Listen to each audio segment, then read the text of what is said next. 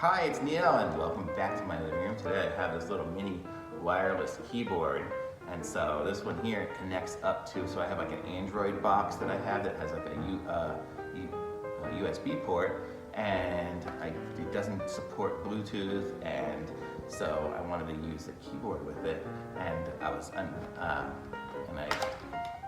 didn't have a keyboard. So I got this, and so you can check it out. And it comes with a micro USB cable. You can kind of see there for charging it, which is nice. And then we have the, let me see if I can open it up here in the back. You can see it has the little chippy thing that plugs in. So this is what plugs into the USB port on the device. This will plug into the USB port on my Android TV box or whatever it is. And then, or if I have I do have a Fire Stick with an extra USB port, so I can plug this into that even too, so I could use it on my Fire Stick. It won't connect directly because it's not Bluetooth, it's just wireless to this. But that would work for me because I have the connector. And then you just turn it off and on, and it's got the little rechargeable battery back there.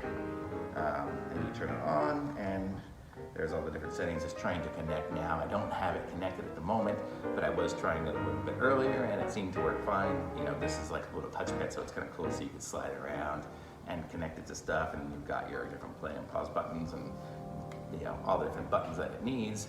And it does connect, and it works like a regular keyboard. And I like the way it's kind of, I don't know if you can hear it, but it clicks when you push the letters. So it's better than like I had one before for one of my other Android TV boxes, and that one didn't click, and so you didn't know if you were pushing the letter. So I don't type very good, so I have to do like this. But here I'll know because I'll hear the click as it's going. So that's kind of why I got this one. It's better, and it was a pretty decent price. It was way cheaper than the other one as well. And it's good because you can just leave it on your family room thing, and it's not a big, huge keyboard like a regular one.